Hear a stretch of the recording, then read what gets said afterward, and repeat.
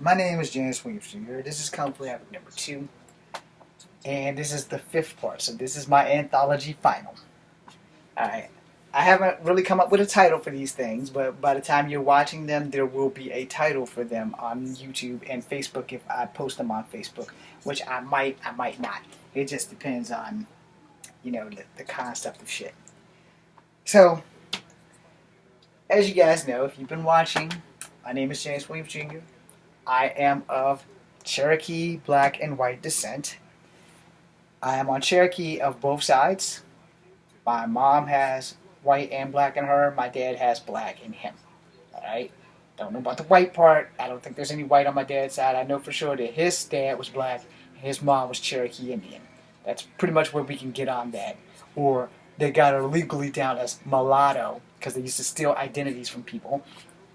And then on my mom's side, we know that her dad looked like a tan white man, and her mom is black and Cherokee, and her dad may be black and white-ish.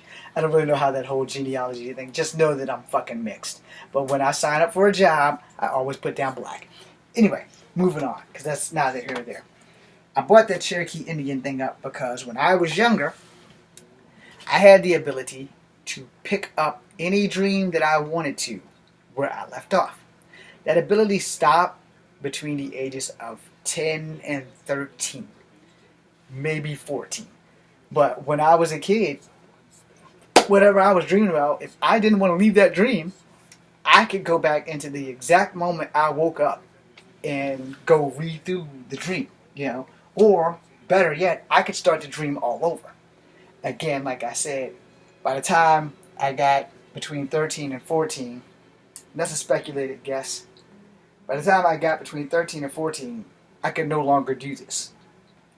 So I've asked people about it, the people that I've spoken to who were black and who were white. They was like, we could never do that. And then I talked to somebody who was mixed, and he said, you got part Indian in you, and that was an Indian thing. So I started doing an exploration on Native American dream walkers. And apparently, dream walkers, spirit walkers, and there's like maybe 2 or 3 more that I can't remember what the hell they're called, but they do have this supernatural ability to go into dreams and walk through minds and all the other stuff. Some people call that telepathicness, and I don't have that, but I do know that when I was a kid, I could pick up a dream from anywhere until I got between 13 and 14, which then I couldn't do it anymore. But before that, I could go back to sleep, and any dream that I want, I had total dominance over it. So Dreamwalkers is where we're going to begin and end this video. Dreamwalkers for Native Americans were more like spiritual guides. And also, this changes tribally because every tribe has a different form of Dreamwalker. Every tribe has a different form of everything. And you have to understand that no tribes have the same exact concept for something else. But for this particular video, this is about Dreamwalkers. And Dreamwalkers have the ability to go into other people's dreams as well as their own and manipulate and fuck with people. And it's what they do. It's in their nature. Some are good, some are bad, and some are just curious. I would never say that I classified as a Dreamwalker. But I would say that I classified as a controller of my own dreams because I could control my dreams until I was 13 or 14. About that time, I stopped being able to go back to the exact point that I woke up. In fact, I've never been able to do it since then. So I don't know if you would consider me a dreamwalker. I wouldn't consider me a dreamwalker, but I was definitely one of the people who could go back into my dreams and pick up exactly where I left off. Again, I state this for the 9th or 10th time in this video. I cannot do it now, and I lost the ability to do it by the time I hit 13 or 14. Can't give you an exact age. I know, but by the time I was a teenager, all that shit stopped. So I guess that might have been like hormones or, wet dreams. I could never go back to those. But some of those were great. But I could never go back to them. But when I was a kid, superhero dreams, fighting dreams, all those things, I could go back. I could manipulate them. I could control them. I could do whatever I want. However, I think I started losing the ability of doing that also when the Witch Rider was attacking me. So there was a lot going on in life. But the Dreamwalker thing, for most part, the Dreamwalkers are spirits people who can, seriously enter your dreams and talk to you that way. And some people actually do communicate through that. And, those are people who, like, let's say if you were unconscious for like 2 or 3 years, but you know that your family wants to pull the plug and you can go and talk to them, look, I'm not dead, I just can't find my way back home, And there have been cases of that, none on the record that I could find, but there have been cases of that in legends of Native American folklore, where people have gotten lost and they haven't been able to come back to their body, and then they come back to their body as their body is like being destroyed, which means they were stuck on the astral plane. And I believe some of them become reincarnated spirits into people who start their lives over. And that also has an explanation on sometimes how some women in tribes were more tomboyish because those dreamwalkers were men, and then when they're reborn into a woman's body, things are a little bit different. So when you're looking up dreamwalkers, not skin talkers, that's a movie, and not skinwalkers, that might also be a movie.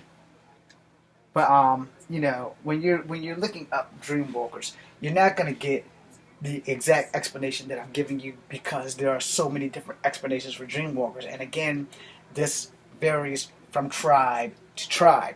So the best I can tell you is a clear-cut example. They did a cartoon on G.I. Joe where the girl could jump from body to body. That would more or less be it. But for your dreams, you could go into other people's dreams. I guess the Leonardo DiCaprio movie kind of touches on that a little bit. But a dream walker basically does that. The Vin Diesel movie where he goes, you're not qualified for what happens next, they touch on that. But dream walkers were not exclusive to Native Americans. They were also exclusive to other people who were very spiritual and very second sight sensitive. I don't really know the words I'm looking for. So let's just go with spiritual. People who could... they're more connected to the veil than they are to the humankind. People that we would call psychics or false prophets or stuff like that. But dreamwalkers were dreamwalkers. They literally could do anything to anyone in the dreams. So if you can be an evil person and you can walk into somebody's dream and totally fuck up their world, some of them did that. A lot of these things were, for Native Americans, a lot of these were shaman who learned the mystic arts of how to do that. And a lot of these are how the legends like Coyote and them all came into existence due to dream walking and stuff like that. Again, let me state that these things change tribally. So everything I'm telling you, I need you to take it with the fact that these things change tribally. And they also aren't just Native Americans. African tribes have legends of dreamwalkers. Aboriginal tribes have legends of dreamwalkers. I'm not really sure about white history, but anything that deals with black magic or magic in general has tribes of things where dreamwalkers have existed. I know for a fact Native Americans. I can give you that. I would love to clarify that Aborigines possibly, but for Native Americans, I know for a fact that dreamwalkers are very slightly different from tribe to tribe, but they do have them. So you have to do your research because I'm just chomping at the bit on this because I'm still trying to figure out the whole thing too. And since there's no reservation close enough that I can drive to and find an elder and ask about it, then that's a problem. However, there's not enough books on these things. You can't just go to the library like, look, I need to know about Native American dreamwalkers, and they'll probably look at you like, what was that? And I'll be like, Native American culture, dreamwalkers, folklore. I could probably find it in a Native American folklore book. And if you guys find a Native American folklore book, please let me know. But everything changes tribally. And with the change, stories change. And with that, stories either extend to a good place, a mediocre place, or a very bad place. And we have to find it because one way or another, there's good and bad in everybody. And each ethnic background or race of people have good and bad in them. So you have to weigh the pros and cons. So I want to end this with the possibility that dreamwalkers are still out there. They're not as crazy as like thinking that ninjas don't exist. Because ninjas do still exist. Probably not the traditional ninja, but they do still exist. I'm going to end this with this. If you find some information on dreamwalkers, please feel free to shoot me a line on Facebook or here on YouTube at Comfy Habit number 2. I also wrote a character in my graphic novel that was a Dreamwalker. And I used his abilities from what I learned on Dreamwalker Legends for basically Cherokee tribes. But I used his abilities in a very bad way. So my Love 13 graphic novel was definitely not for children. But it has some very Ashford effects. So if I could find a publisher, that would be great.